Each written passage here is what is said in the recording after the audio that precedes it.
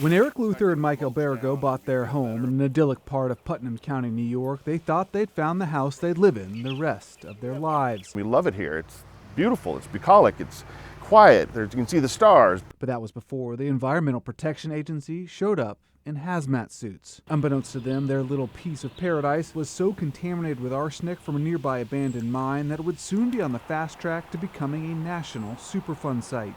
So here we are, thinking we're going to be here for the foreseeable future, loving where we are, and all of a sudden you're told, you're living in an arsenic dump, you're in danger for your lives, you need to get out. P.S. We knew this 30 years ago.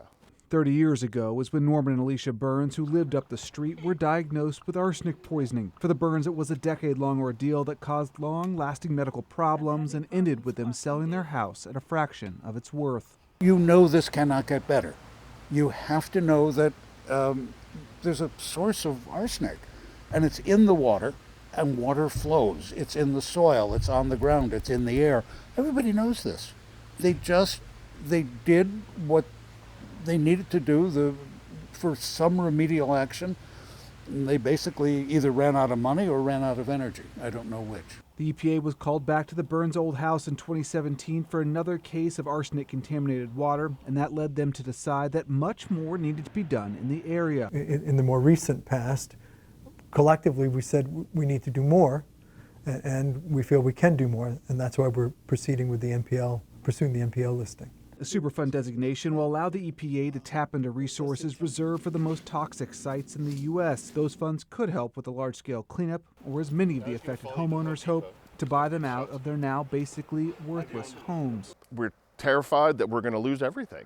Not only our physical health, but our financial health as well.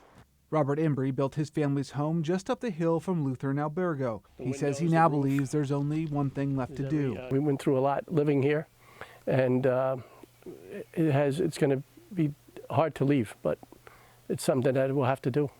Luther and Albergo remain hopeful that the county, state, and federal government will step up and help them find a way out of the toxic situation. But until that day, they can only hope that the months they have left in their home won't affect their years to come. David Martin, Associated Press, Kent, New York.